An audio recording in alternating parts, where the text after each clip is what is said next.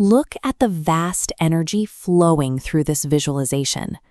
To connect with this scale of universal power, ancient practitioners engineered specific, functional tools. Today, you are going to master 4 distinct Shiva mantras. We will walk through exactly how to pronounce them, what they mean, and how to apply them to your daily routine. Before we begin, you need to set up your environment. Find a quiet, distraction-free space where you can sit comfortably and focus entirely on the sound of the words. As we go through each one, prepare to read along with the phonetic transliterations on screen. Getting the exact pronunciation right is an essential step to making these tools work properly. Achieving a sense of deep spiritual peace requires the right conceptual framework. Today, we are identifying the specific utility of each selection from the eternal verses of Lord Shiva. Let's look at the first tool in your kit.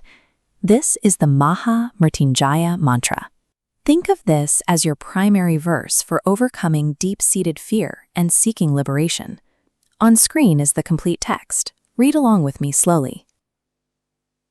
Om Triambakam Yajamahe Supandim Pushtivardhanam Urvarukam Iva Bandhanan Mrityor Mukshya Mamritat.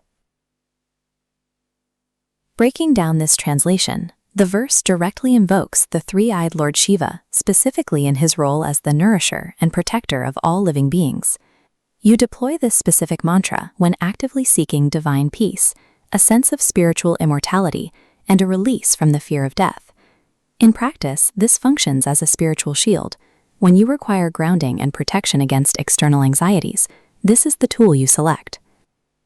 With protection established, we move to the foundational daily practice. This is the Panchakshari mantra, the primary engine of your routine spiritual maintenance. This typographic diagram shows the mantra, Om Namah Shivaya. The core meaning here is straightforward. You bow to Lord Shiva, the ultimate source of consciousness and universal energy. Notice the counter locking in on screen. Traditional instructions dictate completing exactly 108 repetitions. This sacred numerical threshold ensures the mantra becomes a sustained rhythmic focus. Other verses serve situational needs. Completing these 108 repetitions is the essential daily work required to keep your universal alignment intact. Once you establish that daily rhythm, the next step is internal visualization. Think of this blooming lotus as your expanding heart-centered focus. Look at this transliteration for the Shiva Dhyan mantra. Read with me. Karpura Gauram, Kardunavataram, Sansara Saram, Bhujagendra Haram, Sadava Santam, Hrudaya Ravande, Bhavam Bhavani Sahitam, Namami. The first half of this text gives you specific imagery to build in your mind. You are instructing yourself to visualize Shiva as pure as camphor, embodying absolute compassion. The second half places that image into a specific location.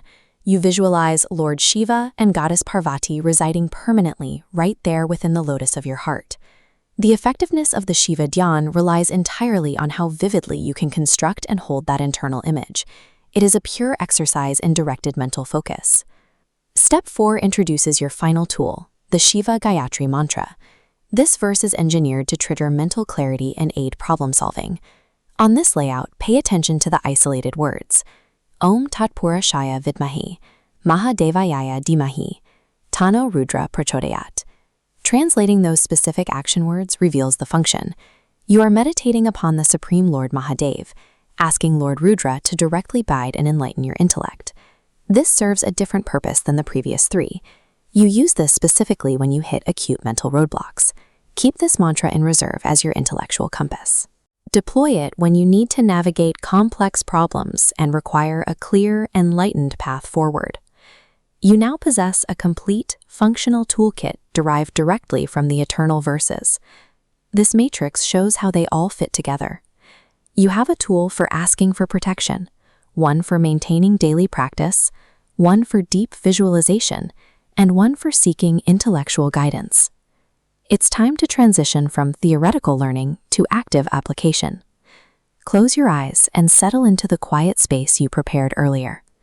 Focus your attention on the ultimate source of consciousness. Begin your daily engine by silently starting your 108 repetitions of Om Namah Shivaya. These ancient spiritual technologies yield their full benefits through consistent, disciplined deployment in your daily life. Your practice starts right now.